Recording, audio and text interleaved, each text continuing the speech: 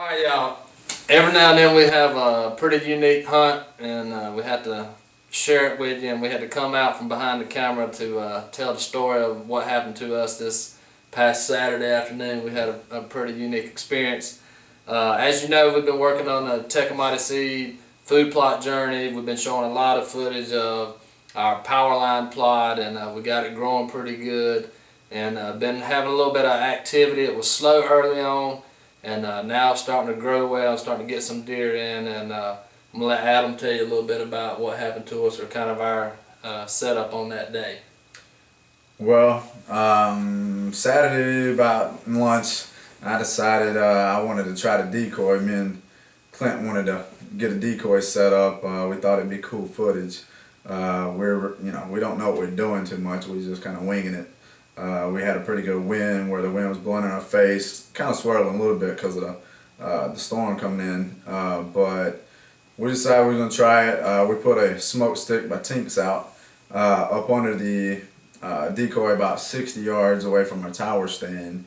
There's a scrape between there, probably about halfway, and most of the deer travel is between the decoy and the scrape. So we figured if he came out, the scent would hit him in the face, and he would see the decoy and hopefully attack it. I mean, we was hoping we'd get some cool footage.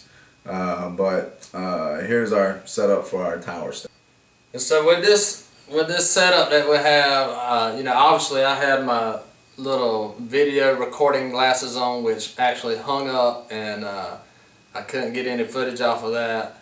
But Adam was just sitting there texting. I was texting Derek down in Hanahan, and JD down around Orangeburg, and we got there early to put the decoy out, and we were just sitting there cutting up. It was, what time we get? About 3:30. Yeah, by the time we got the decoy set up and back in the stands, about 3:30. So it's 3:30. We just sitting there, texting, and it's been really dry, and we've got some squirrels off to the left and right. You can hear them patter and just running every now and then, and but we hear this sound that starts getting a little rhythmic, and Adam tells me, he says, "That's a deer." And when it says that's a deer, I cut the video camera on, and I just turn it, and yeah, it was crazy. I mean, you can hear him coming. You see in the video, the way the tower stand is, we have burlap around the bottom, and then there's a rail up top that we have a little bit of the burlap. But on the right side of us, it's burlap all throughout. We didn't cut anything, so if anything's coming out of the woods, it cannot see us. And that's exactly where the deer was coming from, and it sounded like he was right on top of us. Like both me and Clint were like froze. You can hear like when he was getting really close to the field. Still couldn't see him, but I mean, I felt like I was gonna throw up. I mean, I was like just excited. I mean, I you know how you all do. You hear a deer coming, and you just pitching this swamp donkey coming towards you, and you're like just getting pumped. And at this point, Adam still had his gun leaning on the rail, because it could have been a little doe or a small buck. It was 4:40 in the afternoon, and we didn't expect to happen what was about to happen, and we could hear this thing getting closer to us, and it was just making my skin crawl. I mean, it was right on us. It was almost about to walk under us, and so we knew we had something right there close to us, but we didn't know what. And we were sitting there, and I had the camera just pointing off in a direction, didn't really know if it was getting anything on footage, and then I see an antler go through, and then I keep looking, and then I see more antlers. And Adam can't see the deer because of where he's sitting, and he's looking at me, so I just gently give him a thumbs up. And that time you knew it was going to be a shooting. Yeah, I'm playing off of Clint. I can't see anything because I'm in the right corner where he's coming from, and so I mean I can hear limbs cracking, and I see the limbs moving, but I still can't see what it is. So I see Clint move his camera, so I'm thinking the deer is actually walking. So I got to peek my head over a little bit, and he's actually looking at me, so I just freeze. But he doesn't get startled, and he starts out into the field, and I'm tapping Clint, trying to figure out, because I can't tell how big he is, And Clint just gives me the thumbs up, and I'm like, okay. So I had my binoculars in my hand, so I had to drop those down. And so then I got my gun. And the deer's like 5 yards away. Yeah, he's only 5 yards. We can't make any sound at all. Not at all. And the reason why I had my gun sitting there in the first place, that's funny, or it's not funny after you see the video. Clint had told me earlier, he was like, because the weekend before last, Clint saw 2 bucks come out, and it was really quick, because it's a small narrow plot. They don't feel comfortable, being out in the open. So it's, they work horizontal. They are just right across the plot. They don't work vertically. So he was like, man, you need to go ahead and get your gun up, because it's gonna be quick. I said, nah, man. I said, they might come out behind us. So if I have it up, then it's gonna just be hectic to try to get it back here. So I went against the grain. I said, I'm gonna leave the gun now. So anyway, this deer's coming out, and he gives me thumbs up. And so I start trying to ease the gun up, but this deer is so close, you just got to be quiet. I mean, it took me a long time to get the gun into my hands. Well, as the time I got it in my hands, the deer had already spotted the decoy. Yeah, as soon as the deer broke into the clear out of the woods and looked down, I think the scent of the Tink's smoke stick brought him in, and then when he saw that decoy, he got real on edge, and he was tensed up. Yeah, but he actually took 2 steps towards it. So me and Clint at the same time was like, oh yeah, this is gonna be awesome, because like we just knew he was gonna go to the decoy. And he was bigger than the decoy. Oh yeah, definitely. But he said, he got stiff leg. Started getting really nervous. So he's on high alert. So any sound we make, he's got his ears going, all different ways, he can hear. So he starts working his way across the food plot. And while he's doing this, I'm trying to get the gun. You got like maybe 7 to 9 inches between the top railing and the bottom railing. And this whole time I'm wondering, why has Adam not shot it? Because he was broadsided, and I was just, and like 10 yards at this time? Oh, we could have spit on him. Yeah. He was really close. But he really was too close, because the way the tower stand is, as you can see in the video, it has this rail that's like 3 foot high. And I'm short, so I was literally trying to stand up and get the gun in between the little gap on the tower stand. But earlier, and it's not in the video it shows in the top of the tower stand, the burlap's hanging down. Well, when I was in my binoculars, it was getting away, so I just took it and flipped it up and hooked it on one of the pieces of the what's it called, the zip ties. And so that left a little swell in the side towards Clint. I didn't know that was going to play a pivotal role in this evening. And so anyway, when I'm swinging it across into the thing, I get hung up into that little swell. And Clint says, he's just, getting antsy like I am, like, why ain't you shooting? And I finally get it out. And when I knock the safety off, he already gets into his stride.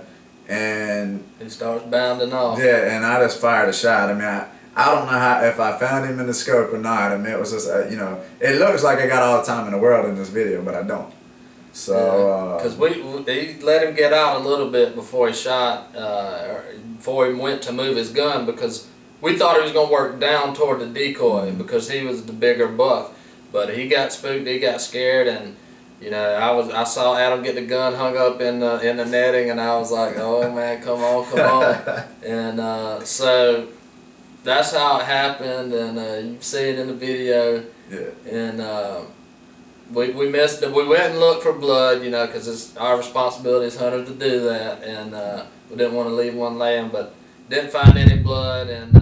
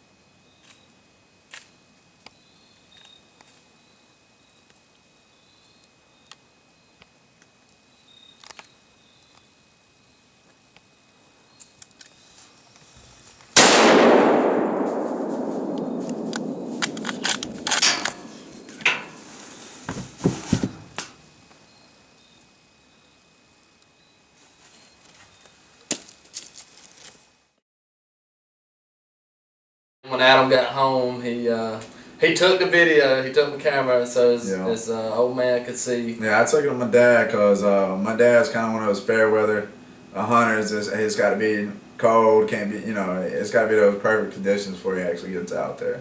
And so I took it to him because even though I missed, I was mad about that, but I was still pumped because of the big deer. I took it and let my parents see it, and my whole family basically. And my dad's clowning me because obviously this deer's only like 15 yards. I could have thrown a rock and hit him, but so I had to take the little clowning, and I'm sure I'm going to get it from some of you guys on the website, and I want you to do that because if you did it and I saw it, I probably would clown you too.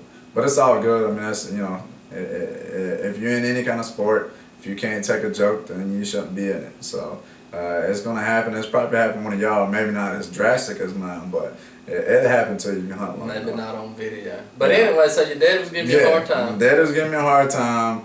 I'm texting Clint telling him, man, I've watched this video 1,000 times, and this deer is getting bigger and bigger every time I look at it. And I'm just getting nauseated. That was just a chance of a lot. The biggest deer I've ever killed was a 10-point my freshman year in high school, and that was like pretty much the biggest deer I've seen since then. And I blew it. I really did. I blew a great hunt, and it just happened to be on camera. But anyway, so my dad's clowning me, and we quit watching it. Watched the football game. Go Gamecocks! They won. I couldn't even sleep that night. I'm texting Clint. It's like really late. I'm like, dude, I can't even sleep. all I could think of was this deer. He said he was dreaming about the deer. Yeah, I'm dreaming about him. So, but anyway, my dad before he went to bed was like, he's like, we're going to hunt in that same spot the next morning. He's like, well, it don't matter if we go. He's like, I'm going. I said, well, that's cool. I was like, I'll go and I'll just film.